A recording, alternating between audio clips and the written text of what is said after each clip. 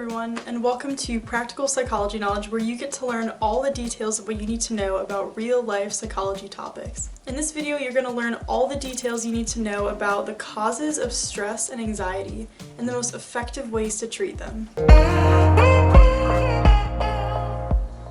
Alright, let's jump into it. So stress and anxiety are caused by events that activate our sympathetic nervous system. This is also known as the fight or flight response. You may have heard of it, you may have not. But basically, stress and anxiety activates the sympathetic nervous system, and it's anything that puts strain on our bodies or our mind, real or imagined. To make this simpler, do any of these symptoms sound familiar? Rapidly beating heart, sweaty palms, sweaty hands, loss of appetite, quickened breathing or shallow breath, a sort of anxious, panicky energy that just doesn't really sit quite well with you? Well, if you've ever experienced these symptoms or some form of them, then you already know what stress and anxiety feel like. Now, before moving on to the causes, quickly take note of the difference between stress and anxiety, because the difference is crucial. Stress is an external stimulus that demands your attention in some way, and it isn't always bad. For example, standing up in front of a huge audience to give a public speech is a common thing that gives a lot of people stress. But studies have shown that if you use that extra energy and adrenaline and that stress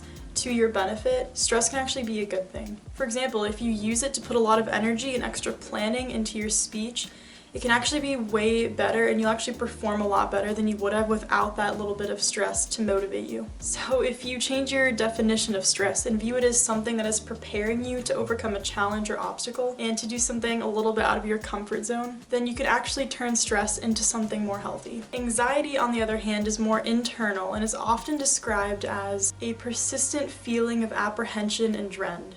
Not so positive. And some people are simply more prone to it than others. And unlike normal day-to-day stress, which can actually be helpful and help you improve your performance, anxiety is more debilitating, people say. And it's really crucial and important that you learn how to manage it properly, because it can really affect every aspect of your life if not handled properly. Alright, so now we're into the causes of anxiety. So why do people have it while others don't? Why do some people seem to develop it while others are not affected by things outside of themselves and they're very calm and peaceful? First of all, it's important to note that genetics can play a role in developing anxiety. Now, researchers aren't exactly certain what exact percentage causes someone to develop anxiety based on genetics and heredity. But one thing's for certain, and that is, according to the National Institute for Mental Health, you're more likely to develop anxiety if you also have a biological relative that has anxiety. Some psychologists say, however, that 30 to 40% of developing anxiety can be linked to a genetic cause.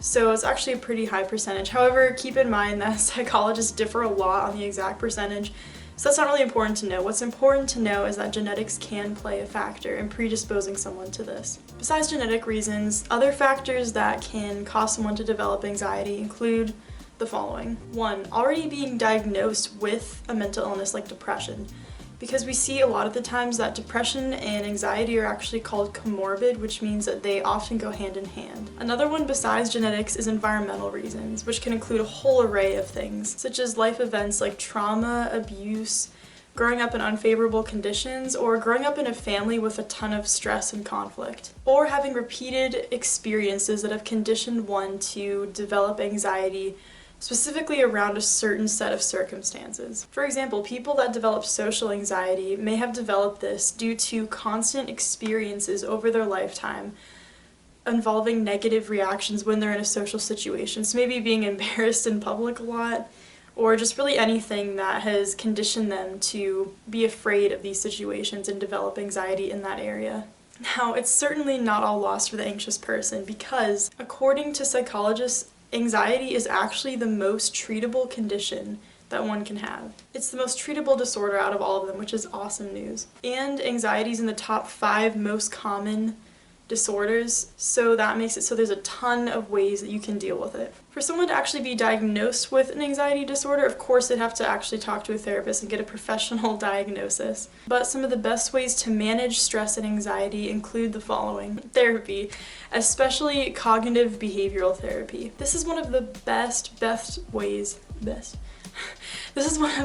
ways one can cope with a lot of stress and anxiety, because you'll learn the most effective coping mechanisms specifically tailored to you, And you'll have someone to keep you accountable regularly in developing your progress with this. So you'll probably be given homework assignments, which include things like maybe putting yourself in situations little by little to overcome that fear. Also, you'll have someone to just validate what you're going through and a professional that can really help you. Sometimes if the therapist deems it necessary, there can also be medications one can take to manage anxiety. These include lots of times benzodiazepines and SSRIs, which are commonly used in depression as well. Now, it's important to keep in mind though that since anxiety is the most treatable disorder that there is, one should not simply just jump to medication on the first go without trying these other tactics first. Because with benzodiazepines, they are very, very habit forming, so this can be kind of tricky territory. But some people really do like this option, and sometimes the other options don't work for them, so really whatever is best for the individual should be used. Now, besides therapy and medication, there are literally hundreds of ways that one can deal with stress and anxiety effectively. Exercising is a great one to do this because not only will you be blowing off steam and feeling really good physically and all other aspects of your life, but exercise has been known to be really effective in helping people cope with their stress. Another super effective management technique is breathing exercises and meditation. Remember earlier when I mentioned the sympathetic nervous system and that anxiety and stress activate the sympathetic? Well, what meditation and breathing techniques does is it actually takes the body from the sympathetic nervous system reaction to the parasympathetic nervous system. So it takes someone from the anxious, flighty state into the more relaxed, calm, at peace state. And meditation and breathing techniques are extremely effective in curbing stress and anxiety. In the description below, I'll actually leave a link of a video specifically for teaching one how to do these breathing techniques, so if this is one that you're particularly interested in, and know that it's super effective. Studies have shown this repeatedly, so if you're more interested in learning this specific technique, then you can check that out in the description. Another huge one is getting the proper amount of sleep. Not sleeping can not only exacerbate the anxiety and stress throughout the day, but if prolonged, not sleeping is also linked to other disorders such as depression and developing this one as well. So sleep is really crucial. All right, and the last one, the last management technique is to make it a habit of noticing your thoughts, especially thoughts that snowball. And what I mean by that is that if someone has an anxious thought, oftentimes it leads to a bigger, more anxious thought and then another one.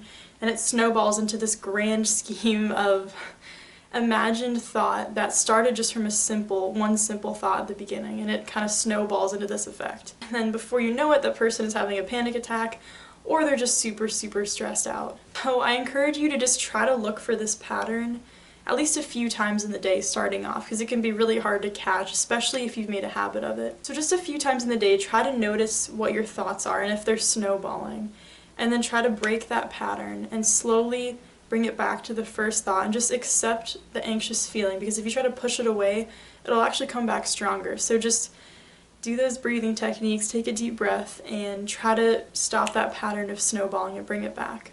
But then also acknowledge that you're anxious and just accept that feeling for what it is. Just remember to be consciously aware and try to start forming that new habit of being consciously aware of your thoughts when they start snowballing. Alright, and that is the end of the video. We went over the causes of stress and anxiety and the most effective ways to manage it. If the information in the video was helpful, or you know you'll be needing more psychology knowledge in the future, consider subscribing so that you don't miss out on any new information. And if you think that I missed something in the video that you would like to add, or you have a question, leave it in the comments below so that we can share the wealth of knowledge. See you next time.